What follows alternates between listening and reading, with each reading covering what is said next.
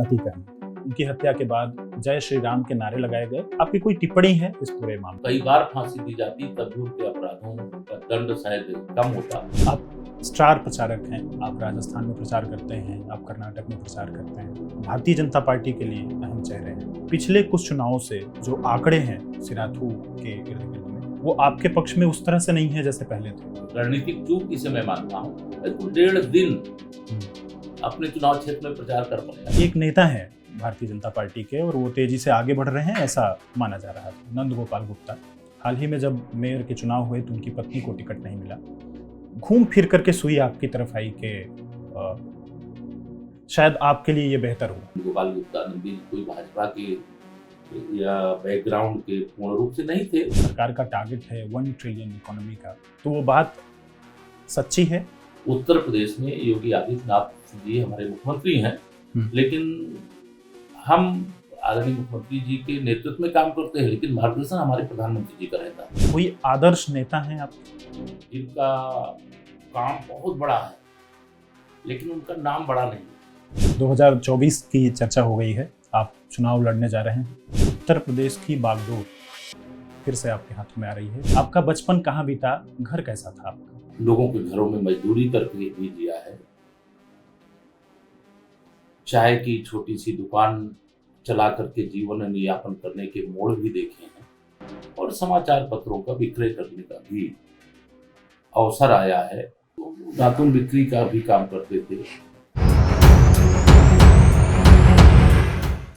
पत्रिका उत्तर प्रदेश की खास मुलाकात आज उत्तर प्रदेश के डिप्टी सीएम केशव प्रसाद मौर्य जी से। सर, आपका स्वागत है। बहुत धन्यवाद। शुरुआत करते हैं वहाँ से जहाँ से आपने शुरू किया। आपका बचपन कहाँ बीता, घर कैसा था आपका? वर्तमान में जनपद कौशाम्बी है, लेकिन पहले वो प्रयागराज जनपद का हिस्सा था। एक गरीब और एक साधारण परिवार में पैदा हुआ। कच्चे जो मकान होते हैं मिट्टी के गांव में, वो मिट्टी का मकान था। उस मकान के साथ साथ चाहे आकाश से बरसती हुई आग से बचाव का मामला हो और चाहे तेज वर्षा से बचाव का मामला हो, सभी प्रकार के साधनों को अगर देखा जाए तो या तो उस मिट्टी के मकान में या तो जो खरपतवार का छप्पर होता है गांव में, उस छप्पर के नीचे हम लोगों का जीवन बीता है। खेतों में काम करते हुए जिया है, लोगों के घरों में मजदूरी करके भी जिया है, चाय की छोटी सी दुकान चला करके जीवन यापन करने के मोड़ भी देखे हैं, और समाचार पत्रों का विक्रय करने का भी अवसर आया है। क्योंकि सिराथू जो मेरा गांव था, रेलवे स्टेशन भी सिराथू के नाम से है। मेरे घर से रेलवे स्टेशन की दूरी 200 मीटर 300 मीटर की होगी। पहले के समय में लोगों के पास ये मंजन और ब्रश नहीं होता था। जी, पहले सुबह नीम और बबूल की दातुन का इस्तेमाल लोग करते थे। गांव के रहने वाले थे तो जो ट्रेन से यात्रा करते थे तो उसमें से बहुत सारे ऐसे लोग होते थे जिनको सुबह दातुन की ज़रूरत होती थी। तो हम लोग दातुन बिक्री का भी काम करते थे। चाय बेचते बेचते ये पता चला तो वह रास्ता भी निकाले। तो या तो जीवन के क्रम हैं, चाहे वह खेतों में काम करते हुए, खलिहानों में काम करते हुए, चाय के दुकान पिताजी के साथ चलवाते हुए, रेलवे स्टेशन पे चाय बेचते हुए, दातुन बेचते हुए, ज़रूरत पड़ी तो जैसे अब आजकल का समय रहता था, जामुन का सीज़न है, तो रेलवे स्टेशन चूँकि एक ऐसा स्थान होता है कि उससे यात्रा करने वाला कोई जामुन भी खरीदने वाला होता था, कोई दातुन खरीदने वाला होता था, कोई चाय खरीदने वाला होता था। जो रास्ते से 2 पैसे की ज़रूरतें जो परिवार की होती थी उसको पूरा करने का माध्यम बन सके, वो हम लोग किए हैं। और वह जब मैं याद करता हूँ मुझे गर्व होता है कि मैं उस दर्द को जानता हूँ जिस दर्द की दवा करने का अवसर भारत के प्रधानमंत्री माननीय नरेंद्र मोदी जी के नेतृत्व में देश में सरकार बनने के बाद, भारतीय जनता पार्टी विश्व की सबसे बड़ी पार्टी बनने के बाद, लगातार दूसरी बार उत्तर प्रदेश के उप मुख्यमंत्री बनने के बाद उस दर्द को दूर करने का अवसर मिला। अब आप डिप्टी सीएम हैं, लेकिन अभी भी आपके भाई गांव में काम करते हैं, खेती किसानी काम करते हैं। नहीं, काम करना चाहिए।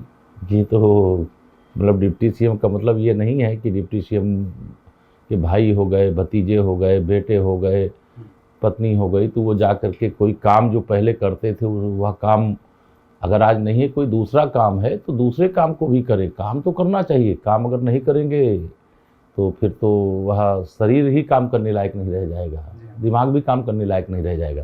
पिताजी मेरे नहीं रहे, लेकिन मेरी माताजी आज भी, अब घर में गैया मैया हैं तो वो खेत में चली जाएंगी और खुरपी लेकर के वो अभी भी घास निकालने लगती हैं। बल्कि घर में जो भी परिवार के सदस्य, भैया हों, भाभी हों, वहीं पास में मेरी एक छोटी बहन भी रहती है। चाहे कोई कितना मना करे, लेकिन उनको स्वभाव बना हुआ है कि हमें अगर गैया मैया है तो अपने हाथ से भी कुछ हरा चारा उसको खिलाना है। खुरपी वो चीज़ होती है जिससे मिट्टी को अगर खोदा जाए तो आसानी से मिट्टी ऊपर की तरफ आ जाती है। ये चीज़ होती है खुरपी, जो आपने बताया कि अभी भी माताजी निकल जाती हैं खेत में और खुरपी का इस्तेमाल करने लगती हैं। वो राजनीतिक जीवन में प्रभाव कहाँ से आया, वो वजह क्या थी जो आपको विश्व हिंदू परिषद की तरफ लेकर गई? राष्ट्रीय स्वयंसेवक संघ की शाखा तो एक गांव में 2-2, 3-3 लगती थी, तो सिराथू में भी लगती थी। तो मुझे भी राष्ट्रीय स्वयंसेवक संघ की शाखा में जाने का अवसर, पहले तो खेलने के लिए गए थे, लेकिन खेल खेल में भारत माता की सेवा वो बात करने का भाव मन में लाने का काम जो हुआ है, उसका एकमात्र कारण है कि जो हमारा पावर हाउस है वो राष्ट्रीय स्वयंसेवक संघ है। जहाँ से हमारी शुरुआत हुई वो राष्ट्रीय स्वयंसेवक संघ है। वह विचार, वह संस्कार, वह राष्ट्रीय स्वयंसेवक संघ की शाखा में जब गीत गाया जाता है तो उसमें भी शिक्षा है। जब बौद्धिक उसमें कुछ रहता है तो उसमें पथ संकेत नाम का एक छोटा सा पत्र भी आया करता था, उसका कोई ना कोई एक हिस्सा पढ़ के सुनाया जाता था। वो सुनते सुनते समझते समझते यह ध्यान में आया कि देश से बड़ा कुछ नहीं है। राम जन्मभूमि आंदोलन के सिपाही बनने के अवसर को भी प्राप्त करते हुए, सौभाग्य को प्राप्त करते हुए, पूज्य अशोक सिंघल जी के सानिध्य में सवाल था मेरा रहते हुए कि कोई आदर्श नेता हैं आपके? देखिए, नेता नहीं कह सकते, वह सब नेताओं के भी नेता हैं। ऐसे पूज्य अशोक सिंघल जी हैं, और एक जो कहते हैं न्यू की, जिनको आप भी नहीं जानते हैं, बहुत सारे मीडिया के साथी भी नहीं जानते होंगे, वो ठाकुर गुरजन सिंह जी हुआ करते थे। वो भी संघ के प्रचारक थे, फिर विश्व हिंदू परिषद के काम को देखते थे। बताएं, हम जानना चाहेंगे। वो एक हमारे संघ की व्यवस्था में बहुत सारे ऐसे प्रचारक निकले थे जिनका काम बहुत बड़ा है, लेकिन उनका नाम बड़ा नहीं है। और उनके जब नाम को लोग नहीं जानते हैं, क्योंकि जो जानते हैं, जो आपके माध्यम से मुझे सुनेंगे, उनको यह लगेगा कि ठाकुर साहब उनको कह करके पुकारते थे। आदरणीय गुरजन सिंह जी थे, अब वह भी नहीं है हम सबके बीच में, और उन्हीं के माध्यम से हम लोगों ने बहुत कुछ सीखा है। और पूज्य अशोक सिंघल जी का भी निकट से इतना सानिध्य प्राप्त हुआ, उनका इतना स्नेह प्राप्त हुआ कि कभी आपसी वार्ता के क्रम में वह कहा करते थे कि केशव जी, देश और दुनिया में जो 10-12 लोग मेरे लिए बहुत खास हैं, उसमें से तुम एक हो। 2004 में पहला चुनाव, वो भी अतीक अहमद के खिलाफ। टिकट कैसे मिला था आपको? 2004 का उपचुनाव हुआ। कोई मैंने टिकट नहीं मांगा था, लेकिन लोगों को लगा होगा कि केशव जी थोड़ा इतने बड़े अपराधी के खिलाफ हिंदुत्व की लड़ाई है, वहाँ बहुत लोग पीड़ित हैं, दुखी हैं, तो लड़ सकते हैं। कि अगर मैं वहाँ चुनाव लड़ने के लिए नहीं जाता तो शहर पश्चिमी जो विधानसभा क्षेत्र हुआ करता था, उस क्षेत्र से यह जो अतीक अहमद नाम का एक तरह से भयानक रोग लगा था, जिस रोग के खिलाफ लोग बोल भी नहीं सकते थे कि मुझे ऐसा रोग है, वहाँ एक आवाज़ देने का काम हुआ, संघर्ष करने का काम हुआ। यद्यपि मैं 2007 का भी विधानसभा चुनाव लड़ा था, लेकिन 2007 का जब विधानसभा चुनाव लड़ा तो वह विधानसभा का चुनाव हमारे लिए परिणाम देने वाला नहीं रहा है। फिर अशरफ के खिलाफ नहीं, अशरफ के खिलाफ, हाँ, अशरफ के खिलाफ भी कह सकते हैं, सपा बसपा कांग्रेस के खिलाफ भी कह सकते हैं।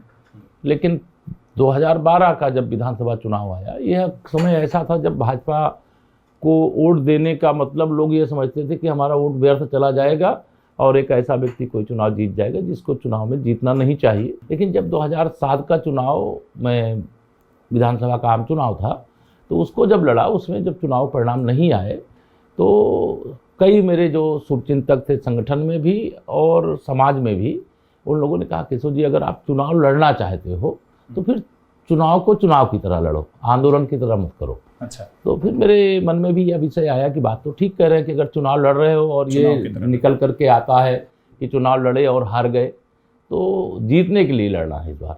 तो इस लक्ष्य को लेकर के हम लोग गांव-गांव गए, घर-घर गए, बूथ-बूथ गए, और जहां मतलब भारतीय जनता पार्टी का आज़ादी के बाद कभी खाता नहीं खुला था, समाजवादी पार्टी की जब तेज आंधी थी, लहर चल रही थी, उस समय उसे बसपा का गढ़ माना जाता था, सपा का गढ़ माना जाता था। लेकिन सिराथू विधानसभा में उस समय हम लोग जब चुनाव को चुनाव की तरह लड़े तो कमल खिलाने में सफल हो गए। 2017 हाँ, उसके बाद और उसके पहले 2014 आप रिकॉर्ड वोट से आपने जीत हासिल की। देखिए 2014 का लोकसभा चुनाव आया, विधायक रहते हुए मुझे पार्टी ने क्षेत्र के संयोजक, जो क्षेत्रीय अध्यक्ष कहलाते हैं, उस समय संयोजक शब्द से जिम्मेदारी दी जाती थी, तो संयोजक के रूप में मैंने विधायक रहते हुए उत्तरदायित्व काशी क्षेत्र का निर्वाह किया। लेकिन विधायक रहते हुए भी आंदोलन किया। एक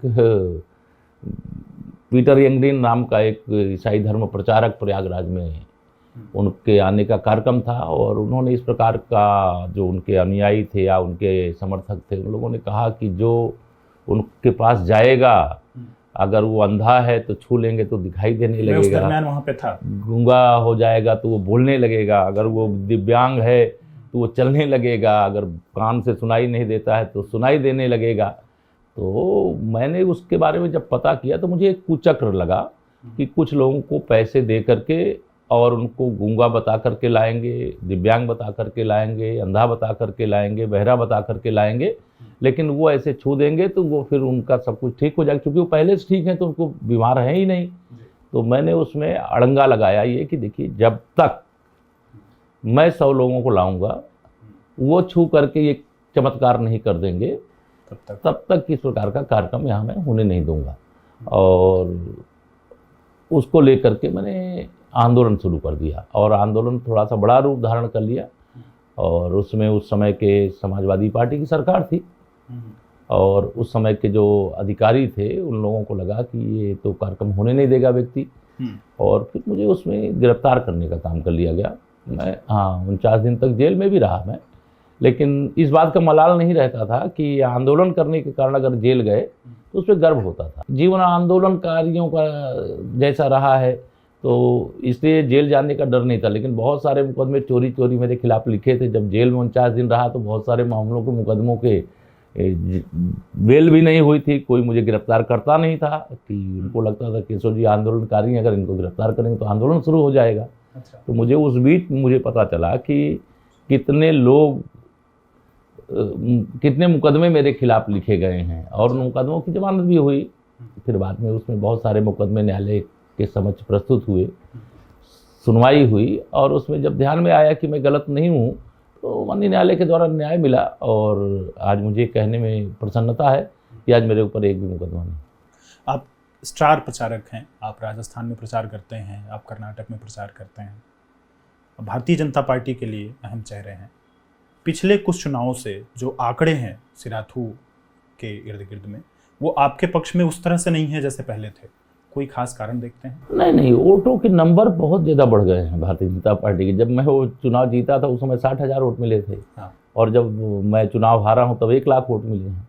तो वोट तो 40,000 बढ़ गए, लेकिन जब सारी विरोधी शक्तियाँ एक सीट पर ध्यान केंद्रित कर दिया और मुझे 403 सीट पर ध्यान केंद्रित करना था, तो ऐसी परिस्थितियाँ आती हैं जो रणनीतिक चूक इसे मैं मानता हूँ। और इसे भी एक राजनीतिक जीवन में अगर चुनावी लड़ाई का हिस्सा बनना है तो हर हाल में अपने चुनाव जब लड़ो जहाँ से, वहाँ भी ध्यान देना पड़ेगा। यह शिक्षा मिली। मैं कुल 1.5 दिन अपने चुनाव क्षेत्र में प्रचार कर पाया, बाकी सभी पूरे प्रदेश की 403 सीटों में प्रचार करता रहा। और गुमराह करके लोगों को, और अगर तुष्टीकरण करके, जातिवाद करके, गुंडों, अपराधियों, माफियाओं की मदद लेकर के अगर समाजवादी पार्टी के मुखिया श्री अखिलेश यादव जी ये समझते हो कि उन्होंने 100 का आंकड़ा उत्तर प्रदेश में पार कर लिया, तो मैं यह मानता हूं कि समाजवादी पार्टी का सर्वोच्च जो था लोकसभा में वो 2019 था। अच्छा। और जो उनका सर्वोच्च था वो 2022 का विधानसभा चुनाव था। अब उनको पाताल की ओर जाना। 2024 की चर्चा हो गई है, आप चुनाव लड़ने जा रहे हैं। ये भारतीय जनता पार्टी में कौन चुनाव लड़ेगा, कौन लड़ाएगा, इसका फैसला कोई व्यक्ति नहीं करता। ये भाजपा है, ये सपा, बसपा, कांग्रेस की तरह प्राइवेट लिमिटेड कंपनी नहीं है। यहाँ कोटि कोटि कार्यकर्ताओं की पार्टी है, उसके सब सिस्टम बने हुए हैं और सारे सिस्टम से ऊपर भारतीय जनता पार्टी का संसदीय बोर्ड बना हुआ है, केंद्रीय चुनाव समिति बनी हुई है। जब वह कोई फैसला करते हैं तभी कोई चुनाव लड़ेगा कि नहीं लड़ेगा, उसका ये काम होता है। ये कोई जो लड़ना चाहता है वो कह दे कि हाँ मैं चुनाव लड़ूंगा, तो वो भाजपा को जानता नहीं। और जो भाजपा को जानता है वो ऐसा बोलेगा नहीं। इसी क्रम में एक सवाल जुड़ता है कि एक नेता है भारतीय जनता पार्टी के और वो तेजी से आगे बढ़ रहे हैं, ऐसा माना जा रहा था, नंद गोपाल गुप्ता। हाल ही में जब मेयर के चुनाव हुए तो उनकी पत्नी को टिकट नहीं मिला, घूम फिर करके सुई आपकी तरफ आई कि शायद आपके लिए ये बेहतर हुआ। नहीं, मैं ऐसा नहीं मानता हूँ। मैं ये मानता हूँ कि जब भी कई बार कई लोगों को टिकट मांगते हैं अपने लिए या परिवार के किसी सदस्य के लिए और टिकट नहीं मिलता है तो तात्कालिक रूप से कुछ लोगों के मन में उत्तेजना आती है। और चूँकि श्री नंद गोपाल गुप्ता नंदी जी कोई भाजपा के या बैकग्राउंड के पूर्ण रूप से नहीं थे, उनको यह ज्ञान नहीं था कि टिकट यहाँ मिल भी सकता है, टिकट यहाँ कट भी सकता है। बड़े बड़े लोगों को टिकट मिलता है और कटता है, तो उनका राष्ट्रीय नेतृत्व ने इस बार महापौर के जो टिकट थे और प्रदेश नेतृत्व ने नहीं तय किया था, बल्कि इसे राष्ट्रीय नेतृत्व ने तय किया था। तो महापौर का जो टिकट है उस पर सवाल उठाना कहीं से उचित नहीं। तात्कालिक रूप से उत्तेजना उनको रही होगी कि हमें पत्नी को टिकट नहीं मिला, इसलिए ऐसा बोले होंगे। उसको मैं गंभीरता से नहीं। सरकार का टारगेट है 1 ट्रिलियन इकोनॉमी का, उसके लिए जो वाजिब विकास दर चाहिए वो चाहिए करीब 38% की, लेकिन मौजूदा दर 12% की इर्द की है। तो वो बात सच्ची है? सच्ची ही है। अभी investor summit, global investor summit भी हुई थी, उसमें भी बड़े पैमाने पर निवेश का प्रस्ताव आया है और उसका एकमात्र कारण है कि उत्तर प्रदेश की कानून व्यवस्था चुस्त और दुरुस्त है। और यहाँ सरकार ने जो नीतियाँ बनाई हैं आदरणीय प्रधानमंत्री श्री नरेंद्र मोदी जी के मार्गदर्शन में बनाई। उत्तर प्रदेश में योगी आदित्यनाथ जी हमारे मुख्यमंत्री हैं, लेकिन हम आदरणीय मुख्यमंत्री जी के नेतृत्व में काम करते हैं, लेकिन मार्गदर्शन हमारे प्रधानमंत्री जी का रहता है। उत्तर प्रदेश मोदी मॉडल पर चल रहा है, गुजरात मॉडल पर चल रहा है, इसलिए यहाँ की ग्रोथ जो है वह जो लक्ष्य है उसको निश्चित तौर से अर्जित कर लेंगे, ये मेरा भी विश्वास है। सुरक्षा व्यवस्था का आपने जिक्र किया, बीते कुछ दिनों में इस तरह के मामले आए जब लोगों ने अलग अलग तरीके के क्रिमिनल एक्टिविटी की वजह से सुसाइड कर लिया। तो ये दो बातें अलग अलग दिखाई देती हैं। एक, हम सुरक्षा व्यवस्था को बेहतर बताते हैं, दूसरी जिसमें हम पाते हैं कि सुरक्षात्मक चीज़ों की वजह से लोगों को नुकसान पहुंच रहा है। नहीं, विशाल प्रदेश है, कहीं इस प्रकार पुलिस अभिरक्षा में हत्या हुई है, उसकी जांच हो रही है। जो जांच के माध्यम से सच आएगा वो पूछताछ से, जांच से भी आएगा, जरूरत पड़ेगी तो नार्को टेस्ट से भी आएगा। अतीक अहमद, उनकी हत्या हुई कुछ समय पहले और वहाँ पर उनकी हत्या के बाद जय श्री राम के नारे लगाए गए, ऐसा कुछ लोगों ने वीडियो रिकॉर्ड किया हुआ था जिसके बारे में इस तरह की बातें की गई थी।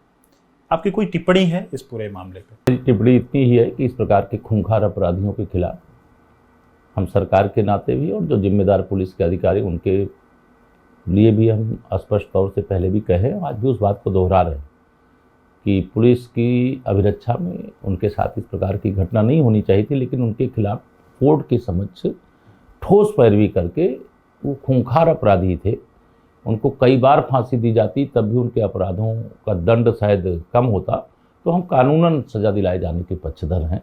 यद्यपि उस मामले की जांच आयोग भी कर रहा है, SIT भी कर रही है और जो मारने वाले थे वो पकड़े गए। आप अगला सवाल करें, ऐसी एक और घटना घटी, उसका भी जो अभियुक्त है वह भी गिरफ्तार है। इस तरह की घटना ना हो इसके लिए आदरणीय मुख्यमंत्री, चूँकि गृह मंत्री भी हैं, वह इस जिम्मेदारी को समझते हैं और उन्होंने जरूरी निर्देश दिए भी। आखिरी सवाल, क्या उत्तर प्रदेश की बागडोर फिर से आपके हाथों में आ रही है? आप काल्पनिक सवाल करते हैं, जैसे आपने चुनाव लड़ने की बात किया वैसे आप यह भी सवाल कर रहे हैं। भाजपा है ये श्री अखिलेश यादव जी की परिवारवादी पार्टी नहीं है, श्री राहुल गांधी जी की परिवारवादी पार्टी नहीं है, प्राइवेट लिमिटेड कंपनी नहीं, भाजपा है। मैंने कहा भाजपा में किसी भी कार्यकर्ता को कोई भी काम, कुछ भी किसी को देना होता है तो वो पार्टी तय करती है, वह व्यक्ति नहीं तय करता है। अभी मेरे जिम्मे जो काम है, मैं उप मुख्यमंत्री हूँ, लेकिन आज में भी माननीय प्रधानमंत्री श्री नरेंद्र मोदी जी के नेतृत्व में सरकार के शानदार 9 वर्ष की उपलब्धियों और 10वें वर्ष फिर से माननीय मोदी जी को तीसरी बार हिंदुस्तान के प्रधानमंत्री पद की शपथ दिलाने के लिए हम लोग काम कर रहे हैं। तो चाहे सरकार में रहें और चाहे संगठन में रहें, मैं तो ये बोलता भी हूँ कि संगठन सरकार से बड़ा है, और संगठन है तभी सरकार आती है, संगठन है तभी हम प्रदेश में भी सरकार बनाए हैं, देश में भी सरकार बनाए हैं। हमारा कार्यकर्ता हमारे लिए सबसे महत्वपूर्ण होता है, और जनता के आशीर्वाद का वो सेतु होता है पार्टी के लिए। जो बूथ पर काम करता है, जो कहता है मेरा बूथ सबसे मजबूत, जब वो 100 में 60 हमारा है, 40 में बंटवारा है और बंटवारे में भी हमारा है, इस लक्ष्य के लिए काम करता है, तो वो कार्यकर्ता संगठन का कार्यकर्ता होता, सिपाही होता है, वहाँ कोई सरकार का मिनिस्टर नहीं होता। एकदम उचित बात है। तो बहुत बहुत शुक्रिया आपका हमसे बातचीत करने के लिए।